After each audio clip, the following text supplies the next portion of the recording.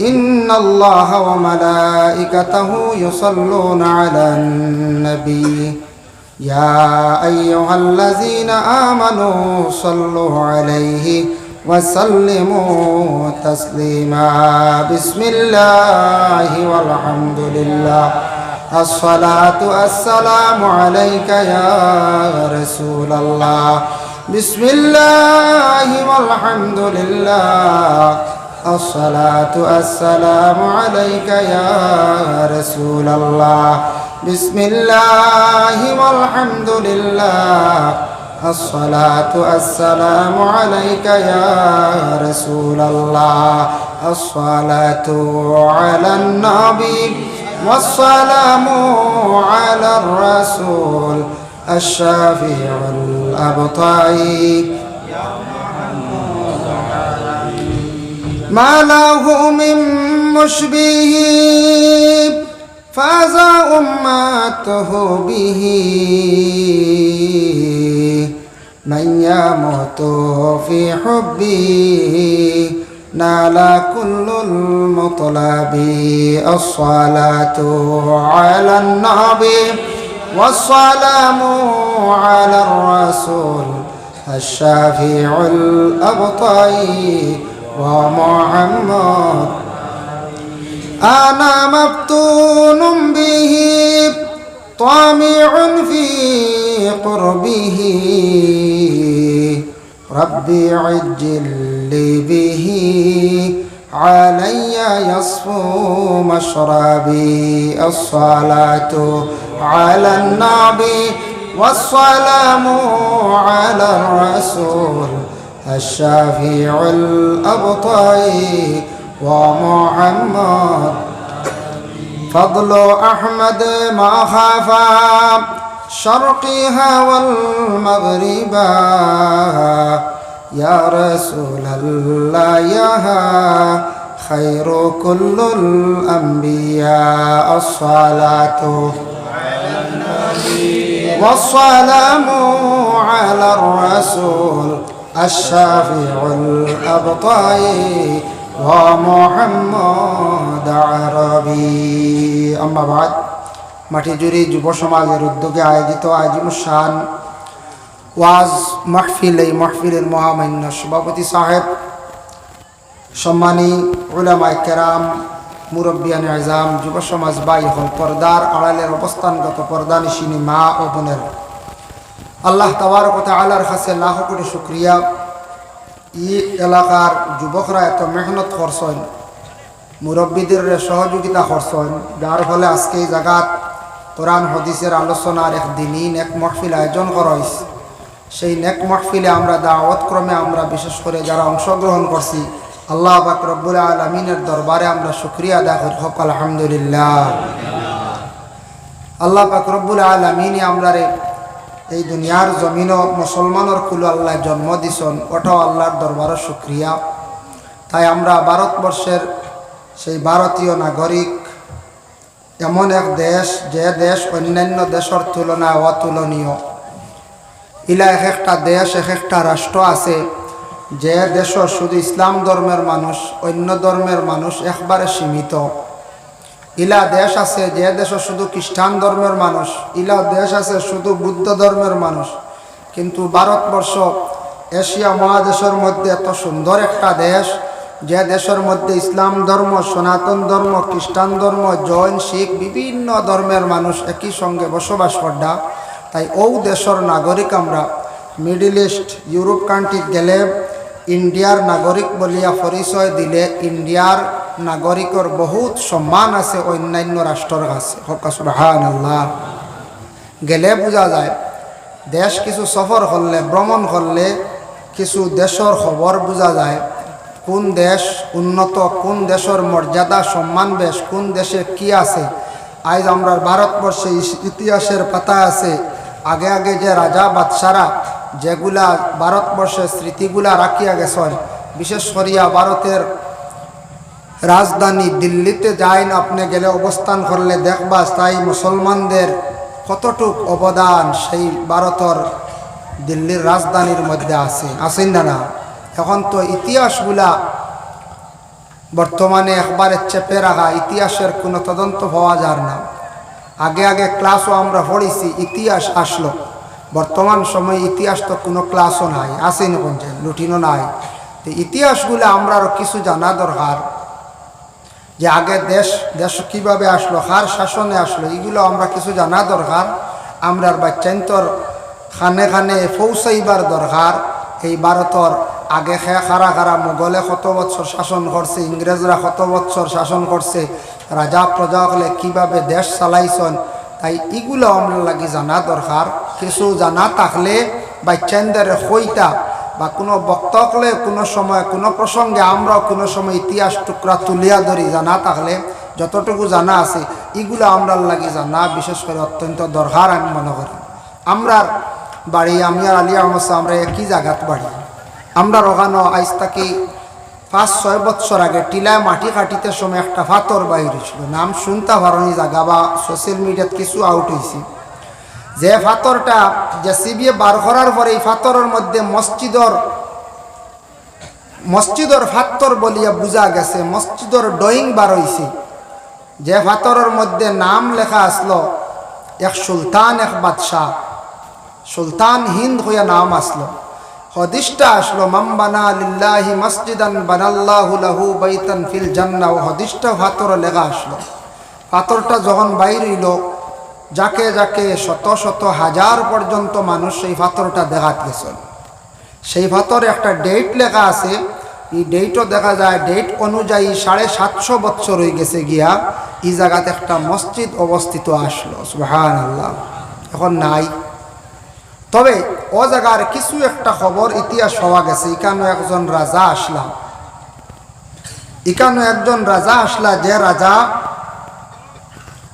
তার সম্পর্ক আসলো বাংলাদেশ জৈন্তার রাজার লাগিয়া। জৈন্তার রাজা আসলা খালা রাজা, আর ইকানোর রাজার নাম বলি গেছি, ইনু এক রাজা আসলা। আগে আগে রাজায় তার ছেলে বিবাহ করতে দিতে সময় মেয়ে সন্তানকে সাজাইয়া আনতে সময় সোনার পালকিত করে সাজাইয়া আনতা। এক প্রথা আসলো সোনার পালকি। তো ই যে রাজা আমরা ভারত যে আমরা যে জায়গাতে আসলাম বড় দিকি আছে, যে রাজার বাড়ি আসলো তাই জৈন্তার খালা রাজার মেয়ে আনতে সময় সোনার পালকি নাই। চাইছন বলে মেয়ের বাবার কাছে, বিয়ের কাছে বলে আপনার মেয়েটা দিতে সময় আপনার পালকি দি দেখো আমি ঘুরাইয়া দিলে আনছেন। তো আনার পরে ফালকিটা ঘুরাইয়া দিতা নানি, ছেলের তো বিবাহ হয়ে গেছে, পুত্রবধূ বানাইয়া মেয়ে আনি লইছ। আনার পরে লুবো পড়ি গেছ, ই রাজায় ফালকি কানার ঘুরাইয়া দিন না জৈন্তার রাজার। ইলা যদি কোনো জিনিস যদি আপনার আমার আনিয়া রাখিলাই জোর জবস্তি করিয়া, এটা রাখা কঞ্চান বৈধ হইব কঞ্চায়, হালাল হইব না।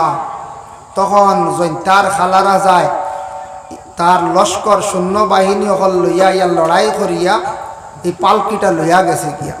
খুব লড়াই করছে, লড়াই করিয়া পালকি লইয়া গেছে গিয়া। তখন কুর সময় জানা কিছু মানুষে পুরাতন মানুষে কইছেন পালকি গেছে গিয়া, আর একগুড়ে কইছেন পালকি ও জায়গাত গর্ত করিয়া গাত করিয়া রাখা হয়েছে, জেসিবি মাটি কাটিছে, ভাতর বার হইছে, মাথার মন্ডু বার হইছে, তেইনু সোনার ফালকিও বার হইব। মানুষে সারা রাত খালি পাড়া দিতা সোনার ফালকির লাগিয়া, বুঝবাইছি। আস্তা রাত জেসিবি মাটি কাটিত, মানুষ দাঁড় থেকে সরতা না, কোন সময় নি সোনার ফালকি বার হয়েছে। এইলা গেছে কয়েকদিন। এক রাজা আর এক রাজার সম্পদ রে দাবিয়া খাই নিতে চাইছিলা, কিন্তু দাবিয়া খাওয়াটা অবৈধ, জায়েজ না, হারাম। হারাম কি জিনিস আমরা বুঝি না, আর কিবা তো বুঝিয়া আমার কোয়া হয়েছে তোরা ও বিষয় ইনশাল্লাহ ও সাবজেক্ট নিয়ে আলোচনা করমু। আপনারা কিছু নীরবতা পালন করি বকুয়া, বাইরে যারা আসন আস্তে আস্তে মহফিলের তসিবা নকুয়া, পরবর্তীতে মখতসর মিলাদ হইব, শিরনি হইব, শিরনি তো শরিক হয়ে যাবা। খুব বেশি লম্বা টাইম না, সামান্য সময় রয়েছে। তো আমরা হইলাম গিয়া মানব জাত, ইনসান জাত, আমরারে আল্লাহ সম্মানিত করছেন, আমরারে যতটুকু বিবেক জ্ঞান আল্লাহ দান করছেন, শরীরের পাওয়ার শক্তি দান করছেন। এই শরীরের শক্তি পাওয়ার কোনো দিনও রইত না, রইব এখন চায় না, রইত না। শরীরের শক্তি কোনো সময় রইত না, একদিন সব কমজোর হইব। কিন্তু এই দুনিয়ার জগত যতদিন থাকবো আমরা হালাল রিজেক খাওয়ার, হালাল রিজেক খামাইবার চেষ্টা করতাম। আল্লাহ তৌফিক দিত, কারণ আমরার বিবেক আছে। আপনার বাড়িত গরু ছাগল বিভিন্ন জন্তু আসন, আমার বাড়িতেও আসন। এই জন্তুটা ছাড়ার পরে গিয়া কোনো সবজি যদি খায়, জানেনি বা বুঝেনি, ইকান তার বিবেক নাই, বুঝ নাই, যেন অন্যর সবজি অন্যর জিনিস মুখ দিলাইছি, ইকানি হায়ওয়ানে বুঝেনি হঞ্চায়, বুঝে না। কিন্তু আমরা হায়ওয়ানে নাতিক হতা খনেওয়ালা হায়ওয়ান, আল্লাহ আমরারে সমুজ দান করছ কোন জিনিসটা খাইলে আমরার লাগি বৈধ হালাল, কোন জিনিসটা আমরার লাগে হারাম, ইকান আমরা একটু বিবেচনা করিয়া জমিনও খাওয়ার চেষ্টা করতাম। মানুষের দিল কয়েকটা কারণে মরি যায়। তসৌফর ইলমে তসৌফর সবকও আনছন, মানুষে গুনাহ কবিরা করলে বেশি দিল মরি যায়। গুনাহ কবিরা করলে মানুষের কলব যে দিল যেটা আছে এটা মরি যায়। তখন এমন মরা মরে ইনু কোনো বালা নসিহতে কোনো আসর করে না, বালা মাত শুনতে মানুষের আসর করতো না, বালা লাগতো না, কোরআন তিলাওয়াত শুনতে বালা লাগতো না, বালা মজলিসও যাইতে, বালা সোহবত যাইতে বালা লাগতো না, কারণ দিল একবারে মরি যায়, ইনু কোনো বালা জিনিসের স্থান হয় না। দ্বিতীয় নম্বর ওইল গিয়া নবীজে ফরমাইছন, মানুষের যখন হারাম খাওয়া অধিক আরম্ভ করব তখন মানুষের দিল কলব মরি যায়, একবারে মরি যায়। দিল মরি গেলে তখন মানুষের বালা কোনো জিনিস শুনতে বা বালা জিনিস খাইতে বালা লাগতো না, আরাম লাগতো না। তৃতীয় নম্বর এই লগিয়া কোনো মানুষে যদি কোনো কবরিস্তানের সামান না হইয়া ফসল ধরছে কোনো জিনিস আনিয়া খায়, তাও মানুষের দিল মরি যায়। ইলা আমরা আছি কবরিস্তান, এখান 10 জনই কবরিস্তান হইয়ার আমরা সবর দাবি আছে গরু আরামসে নিয়ে দিগরাদি খাওয়াইয়ার না, ইলা কোনো জায়গা পাইবা কবরিস্তান হিসাবে ব্যবহার আমরা করিয়ান না। এর জন্য আল্লাহ পাক রব্বুল আলামিনে কোরআন আল কারীমের মধ্যে সব জানাইয়া দিছেন আপনারে আমারে, কিভাবে চলতাম, কিভাবে খাইতাম, কিভাবে ঘুমাইতাম, সম্পূর্ণ আছে।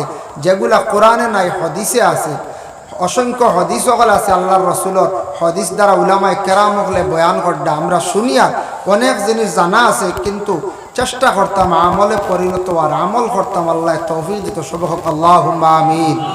তো আমি আয়াতে করিমা তিলাওয়াত করলাম, ইয়া আইয়ুহান নাস, আল্লাহ বড় সুন্দর করে ডাক দিছেন, ও মানব জাতি, ও আমার বন্ধুগণ, কুলু মিম্মা ফিল আরদি হালালান তাইয়্যিবা, তুমি তাই খাও, আমি যেটা খাইবার বস্তু দিছি তোমাদের রে হালাল বানাইয়া দিছি, ওটারে তুমি তার পাক সুরতে খাও। হালাল কিছু বস্তু আছে আমরা লাগি খাওয়া হালাল, বিলকুল হালাল, কিন্তু এটা পাক হালতে আমরা খাইবার লাগি, পাক বানাইয়া আমরা খাইতাম। তারপরেও আবার আল্লাহ কইছেন, ওয়ালা তাত্তাবিউ খুতুওয়াতিশ শাইতান, শয়তান তাকি তুমি তান শয়তানের ইত্তেবা করিও না, শয়তান তাকি তুমি তান শরিয়াতা হবা সব। শয়তান দুশ্মন আমরা, শয়তান আমরা কেউ কোনোদিন দেখছি নি কোন চাই? জি না, শয়তান দেখছি না। তবে শয়তানরে নবীজিয়ে প্রশ্ন করছেন, শয়তান নবীজির খেদমত পর্যন্ত গেছে, হক সুবহানাল্লাহ। তে নবীর লাগান আমরা কেউ হইতাম পারবো না কোন চাই? জি না। যেমন আল্লাহর হাবিব সাল্লাল্লাহু আলাইহি ওয়াসাল্লামের মেরাজের ঘটনা তাঞ্চন, রাসূলুল্লাহর যখন মেরাজ নসিব হইল, একাধারে 7 আসমান ফাড়ি দিয়া গেলাম। সফর শেষ ঘুরিয়া আসার সময় প্রথম আসমানের নিচে যখন রাসূলুল্লাহ অবস্থান করলাম, একজন ব্যক্তি দেখতে পাইলা খান্দনের অবস্থায়। আল্লাহর রাসূলে প্রশ্ন করল, বা তুমি কোন কারণে খান্দ? বলে, হে মুহাম্মদ, আমি একমাত্র আপনার অপেক্ষায় রইলাম, খান্দিয়ার ও কারণে আসমানের উপর দিকে আমি যাইতাম পারলাম না। বলে, তুমি খে আমার পরিচয়টা দেও সাহেব। বলে, পরিচয় করে দিম। 7 আসমান ফাড়ি দিয়া গেছেন, মধ্যবর্তী আসমান 4 নম্বর আসমানের মধ্যে কি আপনি দেখতে পাইছেন? ও সময় আল্লাহর রাসূলে জবাব দিলা, হইলা 4 নম্বর আসমানের মধ্যে দেখতে পাইলাম সোনার একটি পাহাড়, সোনার শহর, আর সুন্দর একটি সোনার তখ্ত বানাইল। ও সময় সে উত্তর দিল, মুহাম্মদ সেই সোনার তখ্তর মালিক, সোনার পাহাড়ের মালিক, সোনার ময়দানের মালিক আমি একদিন আসলাম। মুআল্লিমুল মালাইকা, সারা ফেরেশতাগুলোর সরদার আমি একদিন ছিলাম। একমাত্র আল্লাহ কামুল হাকিমিনর লানত পড়ছে আমার উপরে। আমি আল্লাহর জাতর হুকুমরে অমান্য করলাম, মানলাম না। ভিতরে তকব্বুরি আসার কারণে আমি ওই গেলাম গিয়া শয়তান। আমি শয়তানে অপেক্ষা করিয়ার আমার 4 নম্বর আসমানের খবর লইবার লাগিয়া। বুঝবাই তাহলে 4 নম্বর আসমানের খবর লইবার লাগি আসমানের নিচে খালি অপেক্ষা করে খবর ল, কিন্তু যাইবার আর ক্ষমতা নাই। এক সময় 4 নম্বর আসমান নাই, 7 আসমান ভাড়ি দেওয়ার সে ক্ষমতাটুকু আল্লাহ দিসলা, কিন্তু হইয়া বনলা শয়তান এত নিম্নস্তরে পৌঁছিছন খেনে বনলা একমাত্র আল্লাহর হুকুম রে না মানার কারণে। কোরআন শরীফে একটি সূরা আছে, যে সূরাটির নাম হলো সূরা তুর। ওয়া কিতাবিম মাসতুর ফি রাক্কিম মানশুর ওয়াল বাইতিল মামুর। এই সূরার ব্যাখ্যা দেখলাম তাফসীরে ইবনে কাসিরের মধ্যে লেখছেন, আল্লাহ যে ফয়সালা যেটা করেন বান্দাদের জন্য, সেই ফয়সালাটা সর্বপ্রথম এটা আসমান হয়ে যায়, ফেরেশতাগুলোর নিয়ে ফয়সালা করেন। কোন বান্দারে দুনিয়ার জমিনের মধ্যে দন দৌলতওয়ালা ধনী বানাইতা, আগে আল্লাহ আসমানের মধ্যে ফয়সালা করেন। খারে আল্লাহ গরিব বানাইতা, খারে আল্লাহ সম্মানী বানাইতা, খারে অসম্মানী করতে আগে আসমানও ফয়সালা হয়ে যায়। তখন ফেরেশতাগুলোরে আল্লাহ পাঠাইয়া দেন, যাও অমুক জায়গাত আমার অমুক বন্দারে আমি সম্মানিত করে লাইছি, সম্মান দান করে লাইছি। অটোমেটিক ফেরেশতাগুলো মানুষের কাছে খবর পৌঁছায়, এই মানুষের দুনিয়ার জমিন আল্লাহ দুনিয়ার জমিন হর মানুষের কাছে সম্মানী বানাইলেন, মানুষে আস্তে আস্তে সম্মান দেওয়া আরম্ভ করিলেন। যারে সম্মানী বানাইলে আল্লাহ আর টানিয়া কেউ অসম্মানী করতে পারবেন না, আর যেন অসম্মানী হয়ে যেতা কয়েকজনে বাঁচাইতেও পারতা নাই। ঠিক তদ্রুপ আল্লাহ আগে আসমানও সিদ্ধান্ত করেন, হারে ধনী বানাইতা, হারে গরিব বানাইতা, হারে বেইজ্জত করতা, হারে ইজ্জত দিতা, এটাই লগে আসমানও সিদ্ধান্ত। এখন আসমানও যদি ফয়সালা হয় তে আগে হারে খোয়ার দরকার, আল্লাহরে খোয়ার দরকার নি না দরকার। দুরূদ শরীফে এক মর্তবা পড়কা আল্লাহুম্মা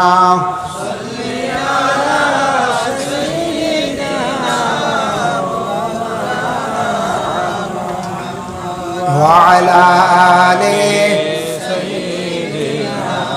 مولانا محمد। তাই আল্লাহর বন্দেগান আমি শয়তান সম্পর্কেও কারণে আলোচনা আনলাম।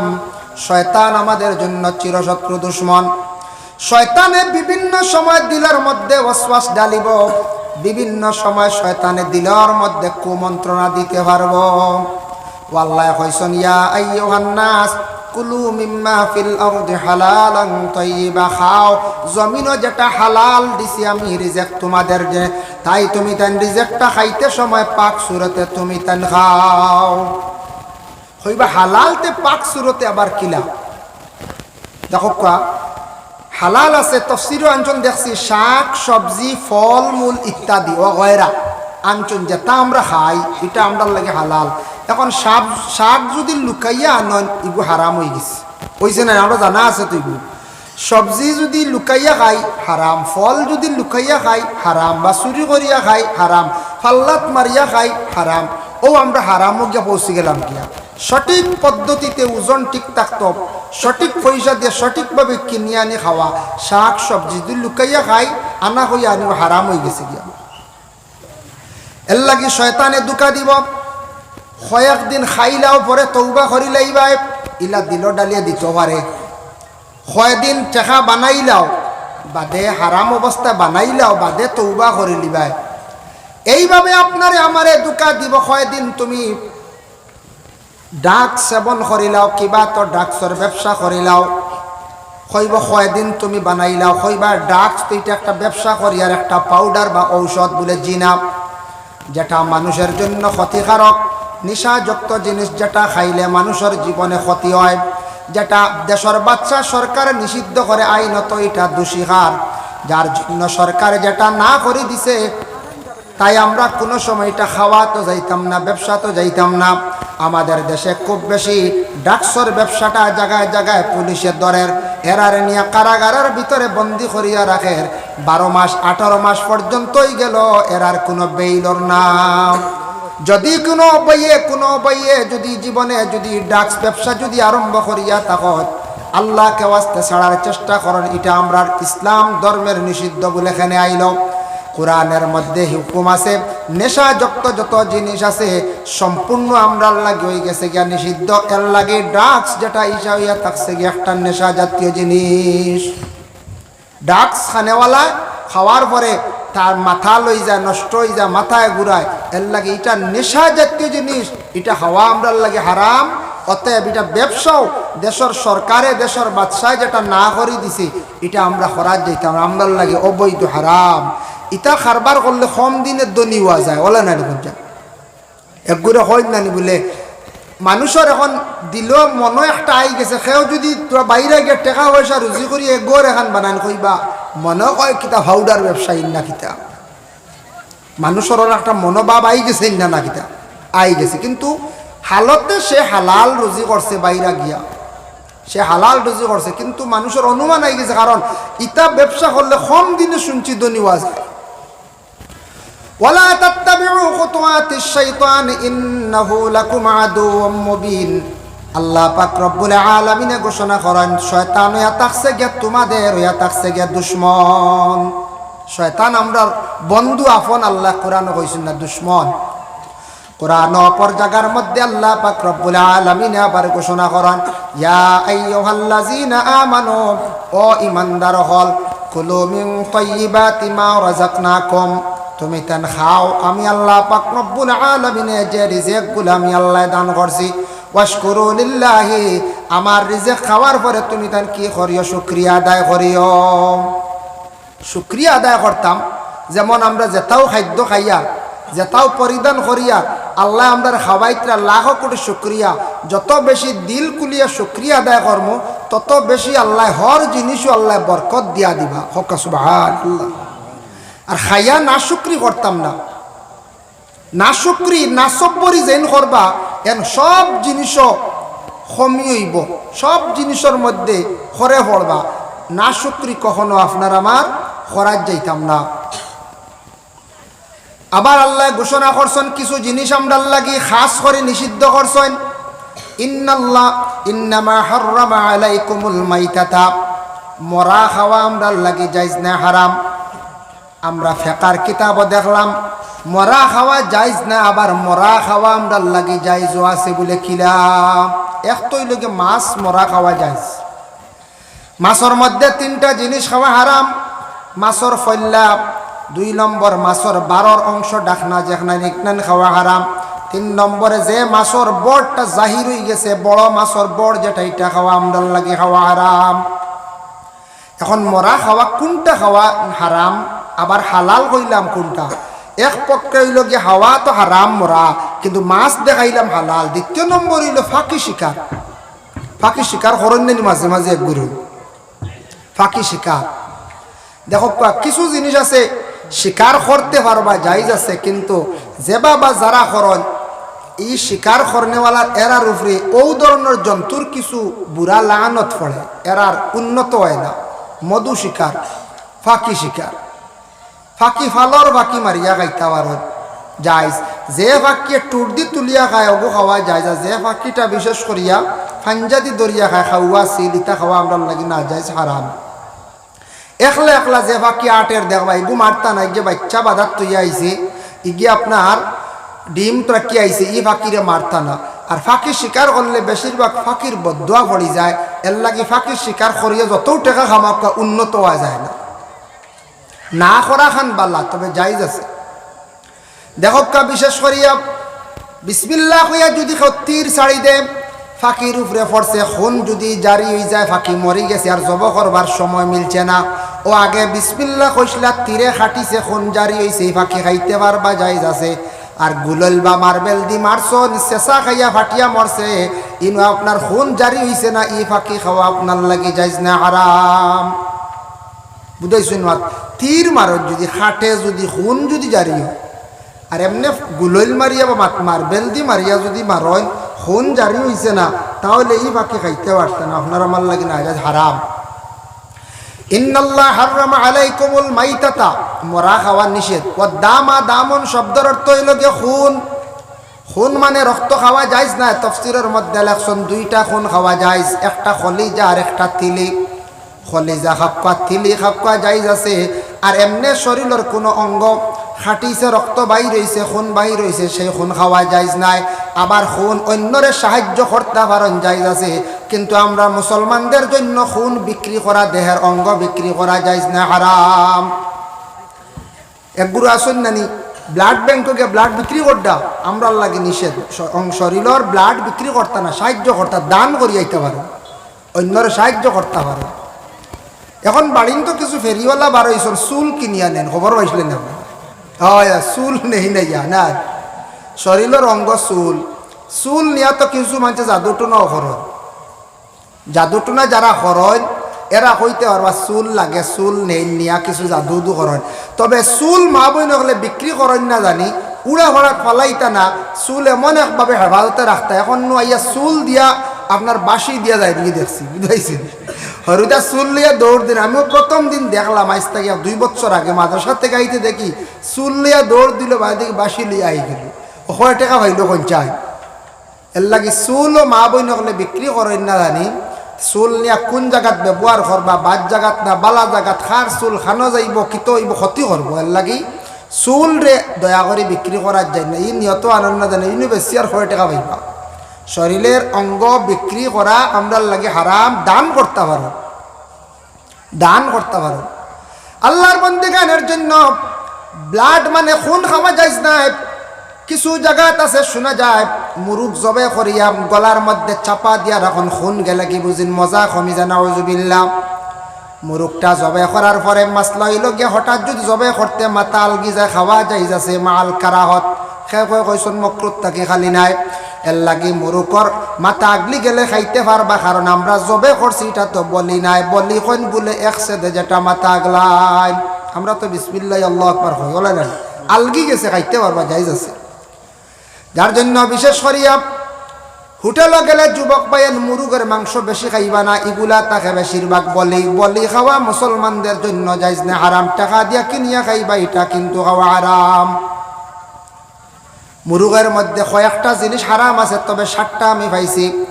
1 নম্বর চোখ, 2 নম্বর ঠোঁট, 3 নম্বর গলার ভিতরে সারক, 4 নম্বর হইল গিয়া বড়, 5 নম্বর হইল গিয়া নখ, 6 নম্বর হইল গিয়া প্রস্রাব পায়খানার মধ্যে একটা কি আছে বলে, প্রস্রাব পায়খানার রাস্তা খাটিলে ফারিলে একটা পর্দা পাওয়া যায়, ও একটা। আর 7 নম্বর হইল গিয়া 1 নম্বর ঠোঁট, 2 নম্বর 3 নম্বর খান, খান যেটা খানোর সাইড লাল দেখা যায়, রুমুম নাই, ও জায়গাটা ফালাইয়া খাইতা, টোটাল হইল গিয়া 7 জায়গা, 7টা অংশ মুরুগর ফালাইয়া খাইতা, এই 7টা জায়গা খাওয়াইয়া থাকছে গিয়া হারাম। ইন্নাল্লাহা হারামা আলাইকুমুল মাইতাতা ওয়াদ-দামা ওয়া লাহমাল খিনজির, খিনজির মানে শুকর, শুকরের মাংস তো অবশ্যই আমরা খাই না, খাওয়া বিলকুল হারাম।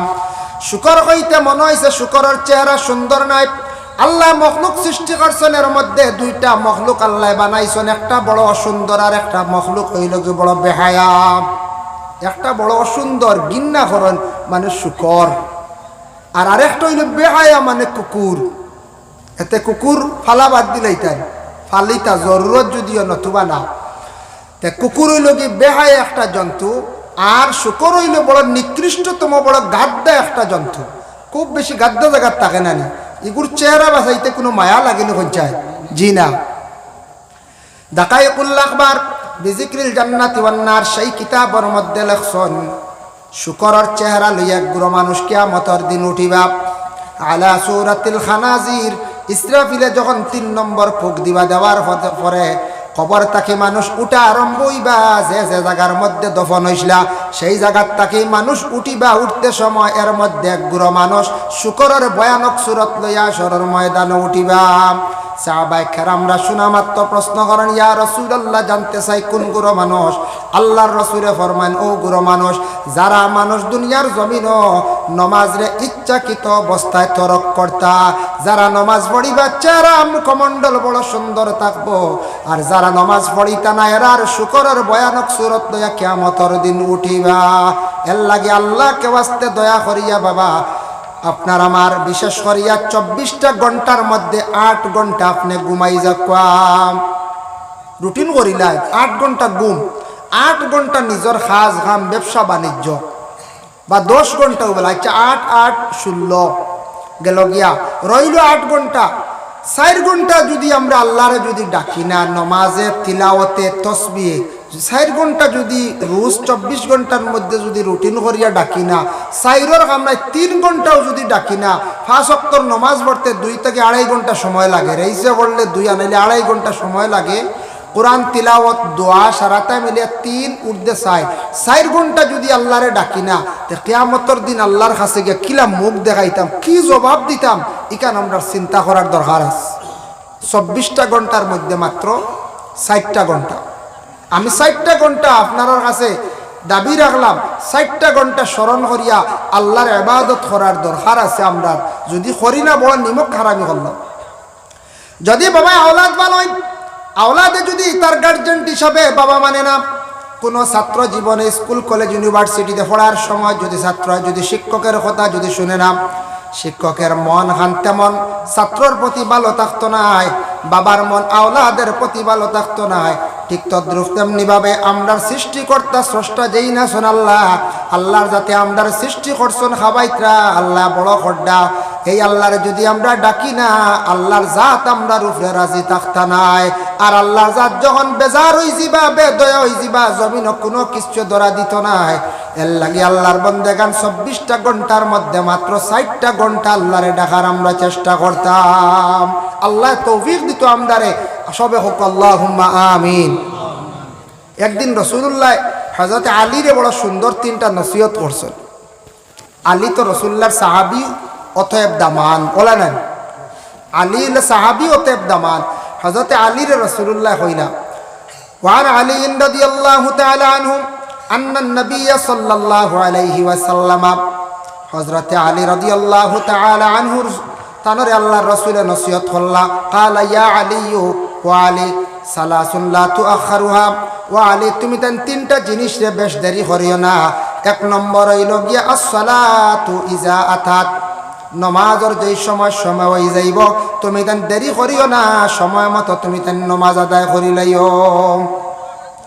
নমাজরে কোনো সময় কোনো ক্ষেত্রে আমরা অবহেলা করিয়া ঠেলি ঠেলি আলাইয়া নমাজ পড়িয়া, নামাজের সময় গেছে নমাজ আদায় করি লাইও। হযরত আলীরে কইলা, ই নসিহত শুরু আমরা লাগিনি নখন যায়, খালি আলীর লাগিনি, আলিয়ে বর্ণনা করছেন as-সালাতু ইজা আদাত ওয়াল জানাজাতু ইজা হাদারাত, যেই সময় জানাজা হাজির হয়ে যাব দেরি করিও না। সেই হাদিসের সরার মধ্যে আনছেন ওয়াল জানাজাতু ইজা হাদারাত হইতে গিয়া, জানাজা হাজির মানে মানুষ মারা যাওয়ার পরে জানাজা বেশ দেরি করিও না, জানাজাটা তুমি তান জলদি করিয়া দফন করি লাইও। ওয়াল আইম্মা ইজা ওয়াজাত্তা ওয়াল আইয়ামা ইজা ওয়াজাত্তা লাহা কুফওয়ান, 3 নম্বরে ছেলে বা মেয়ে যেই সময় উপযুক্ত হয়ে যাব তুমি তান বিবাহ দিলাইও, তাড়াতাড়ি বেশ দেরি করিও না। ছেলে মেয়ের উপযুক্ত সময় হওয়ার পরে বিবাহ দিলাইও, দেরি করিও না। উপযুক্ত সময় যদি বিবাহ দিন না, জীবনে ক্ষতি আসেন না কোন যায়। এই এক ছেলের যদি বয়স মনে করো 25 হয়েছে উপযুক্ত সময়, বা 26 হয়েছে, বা 30 হয়েছে, 40 হইলে যেসায় কোনো মেয়ে দিবনি কোন যায়, জি না, যেসায় বাঁচিব বয়স বেশ। মেয়ের বয়স হয়েছে 18 তাকিয়া 24-25 বিচ্ছেরে বিবাহ দেওয়া যায়। 27-28-29 হয়ে গেলে কইবা না আর বয়স বেশি। কিছু মানুষ বাঁচিলেন না এখন যায়, বাঁচিলেন। আমরা একদিন হলে এক জামাই দেখাতে আসলাম, গিয়া দেখি হাসাও বয়স বেশ, বাক্কা আগর ঘটনা, 7-8 বছর আগর ঘটনা কইয়া গিয়া জামাইয়ের বয়স বেশ দেখে সারাই খানাখানি করতে গেলে কইতে অত বয়স বেশ কতই। পরে ও যে জামাইয়ের লগে বনি জামাইরে জিজ্ঞাসা করলা কত বয়স, তাই না কইলা 25, বুঝতে পাইছেন। এর লগে একজন আসলা আর অফক্কর কইলা আপনারা 25 কইত্রা, আমার মনে হয় 2 গু উল্টাই আওয়াজ নিলে কিত হইব, মানে 52 আর, বুঝতে পাইছেন। বাদে খবর নিয়ে দেখা যায় রিয়েলি 52 তান বয়স একজেক্ট। কত শিয়ান মানুষ যাইছেন, এই নইলে 2 উল্টাইলে কিতাব বুঝবা। পরে দেখা যায় কারেক্ট 52 মানুষের বয়স, বুঝ পাইতেন 52 হয়ে গেছে, বিবাহ করছেন না।